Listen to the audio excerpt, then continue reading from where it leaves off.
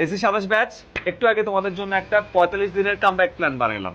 এটা বানাতে বানাতে মনে হলো যে তোমাদের ব্যাচ থেকে যদি একটা মুভি বানানো হইতো, একটা হরর মুভি হইতো নাকি ট্র্যাজেডি, আমি ঠিক শিওর না। বিকজ তোমাদের ট্র্যাজেডি তো আজকে থেকে শুরু হয় নাই, হয়েছে তোমাদের ক্লাস 5 থেকে। 5 তো গেল, auto pass, corona, PSC exam নাই, 6 উঠলা, নতুন গাড়ি করলাম, কিছু বুঝতেছো না কিভাবে ত্রিভুজ পাবা, কিভাবে বৃত্ত পাবা, কিভাবে কি চতুর্ভুজ নাই।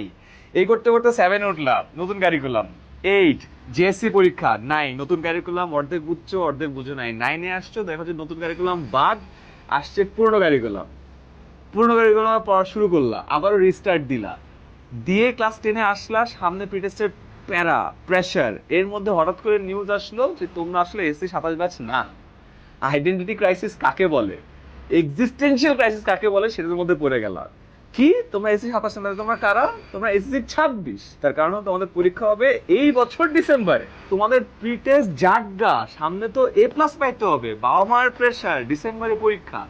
আর অর্ধেক মনে তুমি এখনো কনভিন্স না যে পরীক্ষা ডিসেম্বরে, বাট বাকি অর্ধেক ব্রেন তো বলতেছে যে ডিসেম্বরে তো পরীক্ষা হইতে পারে, ভালো স্টুডেন্ট যারা আছে এ প্লাসের জন্য প্রিপারেশন নিতে হবে।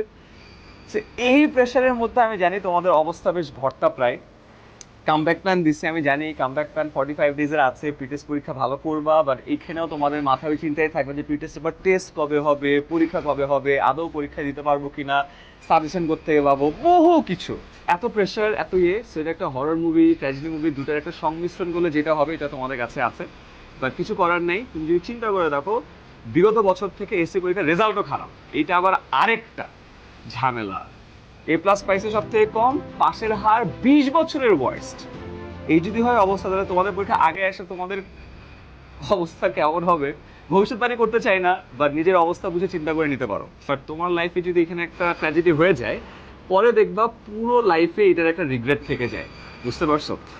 একটা জিনিস মনে রেখো, অ্যাটলিস্ট আমি আমার লাইফ থেকে শিখছি যে pain is temporary, regret is permanent, for ever.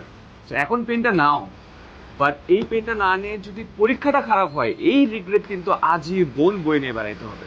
তোমাদের মিশন কামব্যাক 45 ডেজে দেওয়া আছে, এখানে সব ডিটেলসে তুমি পেয়ে যাবে কিভাবে তোমাদের প্রিটেস্ট পরীক্ষা ভালো করবা। বাট আমি আসলে টেন্সড তোমাদের এসি পরীক্ষা নেই, যেটা ডিসেম্বরে হওয়ার চান্স আছে।